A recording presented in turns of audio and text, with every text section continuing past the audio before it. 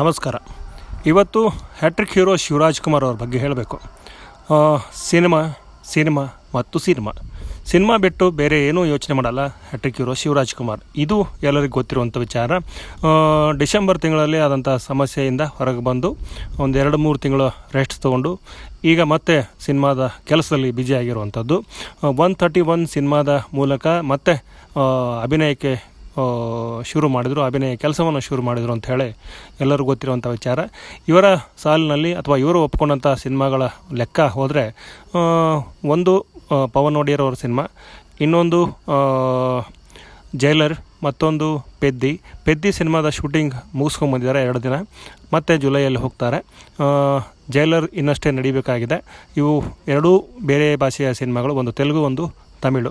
ಇನ್ನು ಕನ್ನಡದ ವಿಚಾರಕ್ಕೆ ಬಂದರೆ ಒಂದು ಹೊಸ ವಿಚಾರ ಹೊರಗೆ ಬಂದಿರುವಂಥದ್ದು ಏನಪ್ಪ ಅಂತಂದರೆ, ಹ್ಯಾಟ್ರಿಕ್ ಹೀರೋ ಶಿವರಾಜ್ ಕುಮಾರ್ ಅವರು ಪಿಜ್ಜಾ ಬಾಯ್ ಆಗಿ ಆ್ಯಕ್ಟ್ ಮಾಡಿದಂಥ ಒಂದು ಸಿನಿಮಾದ ಸ್ಟಿಲ್ಸ್ಗಳೇನಿದೆ ಅವೆಲ್ಲ ಹೊರಗೆ ಬಂದಿರುವಂಥದ್ದು. ಆ ಸಿನಿಮಾದ ನಿರ್ಮಾಪಕರು ಯಾರು ಗೊತ್ತಾ? ಅದೇ ನಿವೇದಿತಾ ಶಿವರಾಜ್ ಕುಮಾರ್ ಅವರ ಮಗಳು. ಮೊದಲ ನಿರ್ಮಾಣದ ಚಿತ್ರ. ಸೊ ಚಿತ್ರದ ಹೆಸರು ಫೈರ್ ಫ್ಲೈ ಅಂಥೇಳಿ. ಚಿತ್ರಕ್ಕೆ ಹೀರೋನೇ ನಿರ್ದೇಶಕರು ಅಂದರೆ ವಂಶಿ. ಇವರು ನವ ನಿರ್ದೇಶಕರು ಮತ್ತು ನವ ನಾಯಕರು. ಇವ್ರ ಜೊತೆಗೆ ರಚನಾ ಇಂದರ್ ಈ ಒಂದು ಚಿತ್ರದಲ್ಲಿ ಜೋಡಿಯಾಗಿರುವಂಥದ್ದು. ಈ ಸಿನಿಮಾ ರಿಲೀಸ್ಗೆ ರೆಡಿ ಇದೆ. ಡಾಕ್ಟರ್ ರಾಜ್ಕುಮಾರ್ ಅವರ ಜನ್ಮದಿನ ಏಪ್ರಿಲ್ 24. ಆ ದಿನ ಈ ಚಿತ್ರ ರಿಲೀಸ್ ಆಗ್ತಾ ಇದೆ. ಇಲ್ಲಿ ವಿಶೇಷವಾಗಿ ಹೇಳುವಂಥದ್ದು ಮ್ಯಾಟ್ರ್ ಏನಪ್ಪ ಅಂತಂದರೆ, ಮಗಳ ಚಿತ್ರದಲ್ಲಿ ಡಾಕ್ಟರ್ ಶಿವರಾಜ್ ಕುಮಾರ್ ಅವರು ಏನಪ್ಪ ಅಂತಂದರೆ ವಿಶೇಷವಾಗಿ ಪಿಜ್ಜಾ ಬಾಯ್ ಆಗಿ ಆ್ಯಕ್ಟ್ ಮಾಡಿರುವಂಥದ್ದು. ಪಿಜ್ಜಾ ತೆಗೆದುಕೊಂಡು ಲಿಫ್ಟಿಂದ ಆಯಾ ಒಂದು ಮನೆಗೆ ಎಂಟ್ರಿ ಕೊಡುವಂಥ ಸೀನ್ ತುಂಬ ಚೆನ್ನಾಗಿದೆ. ಅದು ಟ್ರೈಲರ್ನಲ್ಲಿ ರಿವೀಲ್ ಆಗಿರುವಂಥದ್ದು.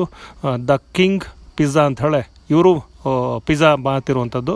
ಇದು ತುಂಬ ವಿಶೇಷವಾಗಿದೆ. ಈಗಾಗಲೇ ನೀವು ನೋಡಿದಂಥ ಫೋಟೋಸ್ ಅದೇ ಸಿನಿಮಾದ ಫೋಟೋಸ್ ಆಗಿರುವಂಥದ್ದು.